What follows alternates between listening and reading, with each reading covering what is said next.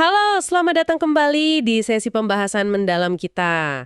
Kali ini kita fokus ke satu bab spesifik nih dari materi sumber Anda, yaitu bab 11. Judulnya, Bagaimana Menemukan Komunitas Anda Sendiri. Kata komunitas ini kan sering banget ya kita dengar. Tapi dalam konteks jadi super konektor seperti yang dibahas di sini, apa sih sebetulnya maknanya? Kayaknya lebih dalam dari sekedar kumpul-kumpul biasa deh. Nah, misi kita sekarang ini mau coba bedah bareng. Gimana sih caranya nemuin orang yang pas buat kita? Yang bisa saling dukung, saling bikin berkembang. Oke, yuk kita bongkar ini. Tentu. Yang menarik dari bab 11 ini, dia ngajak kita lihat komunitas itu beda. Bukan cuma jaringan kontak biasa atau grup arisan gitu ya. Kita bakal lihat kenapa ini penting, gimana mulainya. Dan, nah ini kuncinya, gimana caranya strategis, bukan kebetulan aja. Kita telusuri langkah-langkahnya buat bangun lingkaran pengaruh Anda sendiri ya berdasarkan sumber ini. Nah, itu dia. Perbedaannya itu loh. Antara komunitas versi super konektor ini sama katakanlah ya grup hobi biasa gitu. Pasti ada definisi spesifiknya di sumber ini. Apa sih intinya yang bikin beda? Oke, apa ya? Yang menarik di sini itu penekanannya pada kesamaan dan tujuan yang lebih dalam.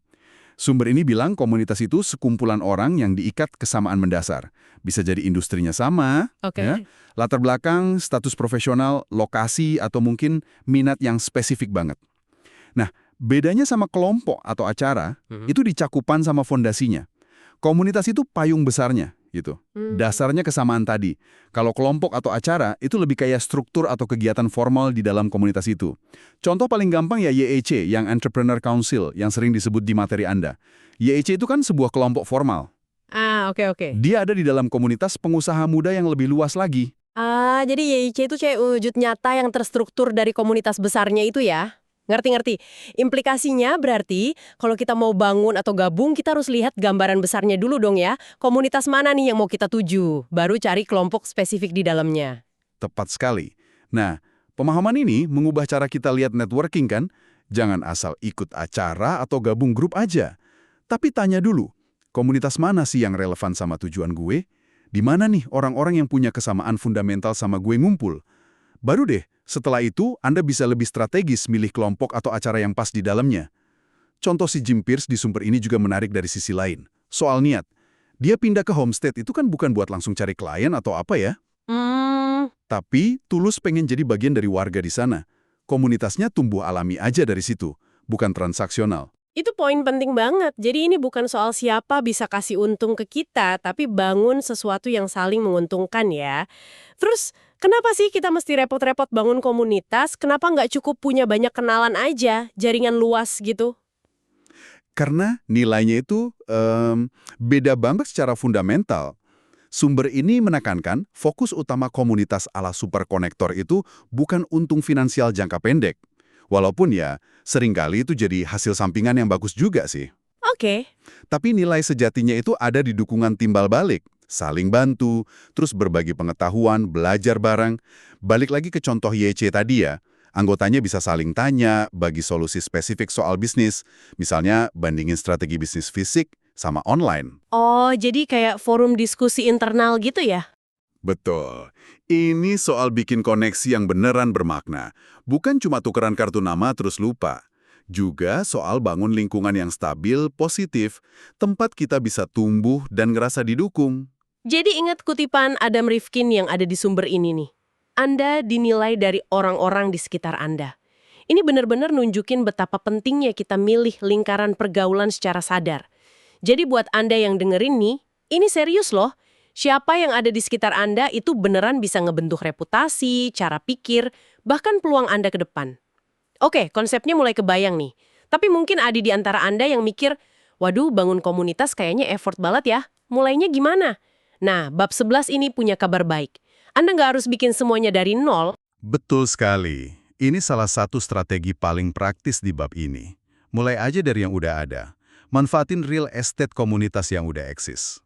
Maksudnya, ya gabung dulu ke kelompok atau organisasi yang relevan sama bidang atau minat Anda. Contohnya apa tuh? Bisa asosiasi profesi, grup meetup lokal, komunitas online, macam-macam lah. Tujuannya itu bukan cuma buat datang, tapi ada lapisannya. Pertama buat memetakan dulu, siapa aja sih pemain kuncinya. gimana dinamikanya. Kedua, ya jelas buat belajar dari orang lain.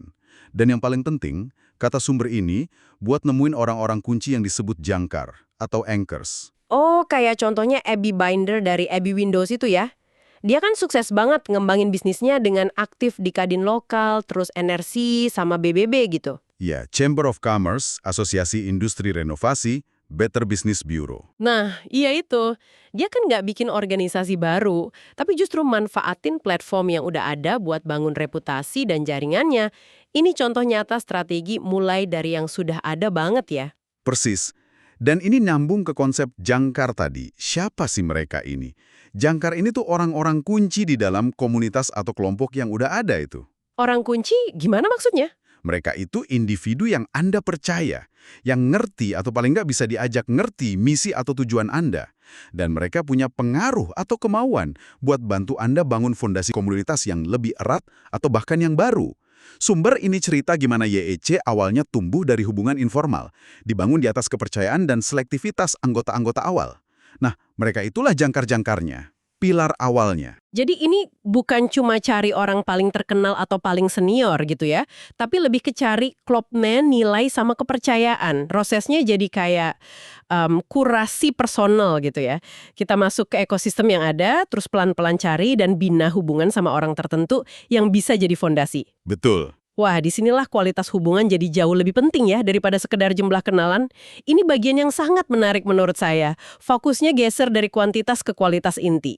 Anda nangkep banget esensinya. Ini bukan soal ngumpulin kontak sebanyak-banyaknya. Sama sekali bukan.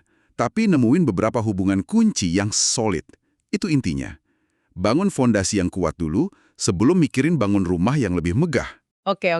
Anggaplah kita udah gabung di beberapa grup nih. Udah mulai nemu beberapa jangkar potensial yang kayaknya sevisi dan bisa dipercaya. Terus, langkah selanjutnya apa menurut bab 11 ini? Gimana superkonektor bawa ini ke level berikutnya? Bikin wadah formal mereka sendiri gitu. Nah, ini biasanya jadi evolusi alami buat banyak superkonektor. Setelah fondasi informalnya kebangun lewat jangkar-jangkar tadi, mereka seringkali bikin jadi lebih formal. Tujuannya, biar ada struktur dan bisa kasih nilai tambah yang lebih konsisten, lebih berkelanjutan. Bab 11 nyebutin beberapa cara umum nih. Pertama, bisa bikin kelompok yang lebih terstruktur. YEC lagi-lagi contoh bagus ya. Dari kumpul-kumpul informal, jadi organisasi berbayar dengan manfaat anggota yang jelas. Struktur ini bikin pemberian nilainya lebih konsisten.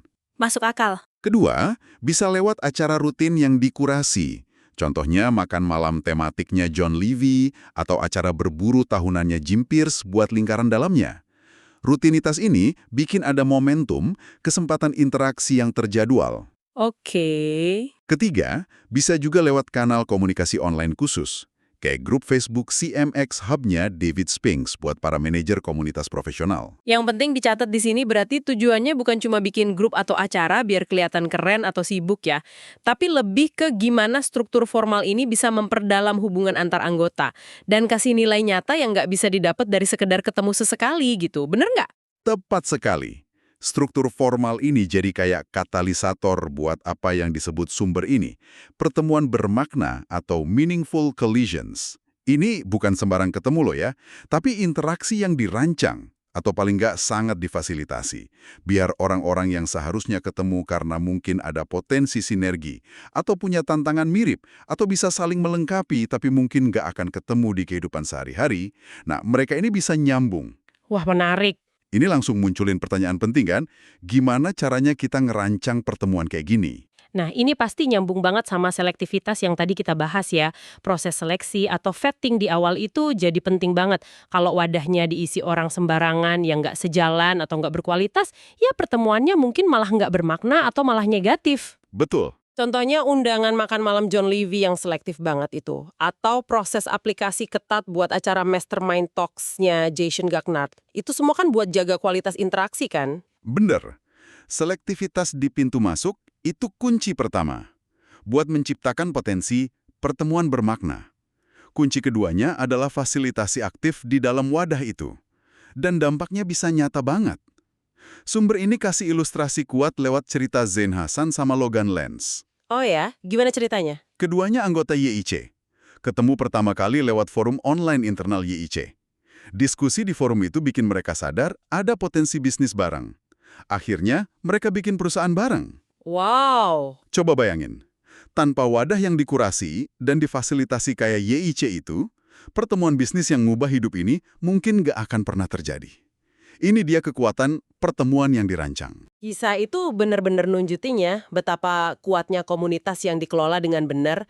Ini bawa kita balik lagi ke pertanyaan dasar nih. Siapa aja sih yang seharusnya ada di komunitas kita? Tadi udah nyinggung soal selektivitas, tapi mungkin bisa digali lagi. Kan nggak mungkin kita cocok sama semua orang. Tentu, kualitas ngalahin kuantitas, itu udah jelas. Tapi bab 11 juga nekenin pentingnya kedalaman, depth, bukan cuma keluasan, breadth. Maksudnya gimana? Gini, kalau Anda misalnya di industri restoran ya, nggak cukup cuma kenal banyak pemilik restoran lain. Komunitas yang dalam itu juga termasuk mungkin chef yang inovatif, supplier bahan baku yang bagus, ahli marketing F&B, developer aplikasi reservasi, investor di bidang itu. Oh, jadi lebih luas ekosistemnya ya? Iya, bahkan mungkin kritikus makanan yang disegani. Kedalaman ini kasih perspektif 360 derajat. Akses ke solusi jadi lebih beragam. Jadi bukan cuma cari orang yang sama persis kayak kita, tapi juga orang dari berbagai peran di ekosistem yang relevan, yang mungkin udah pernah ngalamin tantangan yang lagi kita hadapi. Tepat. Cari orang yang udah mecahin masalah yang lagi Anda hadapi sekarang, idealnya di pasar atau konteks yang mirip. Kedalaman ini kasih nilai praktis yang jauh lebih tinggi daripada sekedar punya banyak kontak di permukaan aja. Dan ini balik lagi ke kutipan Adam Rifkin tadi.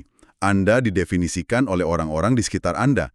Jadi pilihlah dengan sangat hati-hati siapa yang Anda undang masuk ke lingkaran inti Anda. Tanya ke diri sendiri, orang ini bakal naikin standar nggak? Bawa energi positif nggak? Kontribusi nggak buat pertemuan bareng? Kan mikirin siapa yang mau diundang atau grup mana yang mau dimasukin, ada satu langkah paling awal yang mungkin sering kelewat, yaitu nentuin tujuan kita sendiri. Kenapa sih kita butuh komunitas ini? Mau capai apa? Nah, ini dia fondasi dari segalanya. Tanpa tujuan yang jelas, semua usaha bangun komunitas bisa jadi, ya, ngambang aja, nggak terarah, bisa sia-sia. Dan tujuannya harus spesifik, bukan cuma pengen maju karir, tapi karir kayak gimana? Oke. Di industri apa? Posisi apa yang dituju? Terus renungkan, siapa orang-orang yang perlu ada di sekitar gue buat bantu capai tujuan spesifik itu? Profilnya kayak gimana? Di mana gue bisa nemuin dan nyambung sama orang-orang kayak gitu? Kejelasan tujuan ini bakal jadi kompas Anda di tiap langkah. Milih grup, nemuin jangkar, nyeleksi anggota, bahkan ngerancang interaksinya Santi. Intisarinya buat Anda yang lagi dengerin. Pertama, komunitas ala super connector itu lebih dari sekedar jaringan ya, dibangun di atas kesamaan nilai atau tujuan dan sifatnya saling menguntungkan. Kedua, cara paling cerdas buat mulai itu gabung dulu ke real estate yang udah ada. Organisasi, grup, platform yang relevan. Nggak usah ngerasa harus bikin dari nol. Ketiga, di dalam wadah yang udah ada itu, fokus cari dan identifikasi jangkar Anda. Orang-orang kunci yang Anda percaya dan sejalan sama visi Anda. Mereka itu fondasinya. Keempat, kurasi itu kunci. Mau pas milih jangkar atau pas nanti bangun komunitas sendiri. Kualitas, kedalaman, sama keselarasan nilai itu jauh lebih penting daripada jumlah anggota. Ingat kata Rifkin tadi. Kelima, pikirin buat bikin wadah formal. Entah itu grup terstruktur, acara rutin, platform online. Gunanya buat fasilitasi interaksi yang lebih dalam dan pertemuan bermakna antar anggota. Dan yang terakhir tapi paling dasar, selalu mulai dan kembali ke tujuan Anda. Kejelasan tujuan bakal nuntun semuanya. Perlu diingat juga, ini tuh permainan jangka panjang. Bangun komunitas yang kuat, yang otentik, itu butuh sabar, tulus, investasi waktu dan energi. Ini maraton hubungan, bukan sprint. Nah, sebagai penutup nih, kami mau tinggalin satu pertanyaan buat Anda renungkan. Coba deh, lihat lingkaran pertemanan dan profesional Anda sekarang. Apakah itu sebuah komunitas yang Anda bangun secara sadar, sengaja, Anda kurasi, atau lebih banyak kebentuk karena kebetulan aja? Karena rutinitas, atau karena ya udah dari sananya gitu? Berdasarkan obrolan kita hari ini dari bab 11, langkah kecil apa? Satu aja deh yang bisa Anda ambil minggu ini buat mulai lebih aktif mengkurasi orang-orang di sekitar Anda, biar lebih pas sama tujuan dan nilai-nilai pribadi Anda. Terima kasih banyak sudah menyimak pembahasan mendalam kita kali ini. Semoga ada manfaatnya ya. Sampai jumpa di kesempatan berikutnya.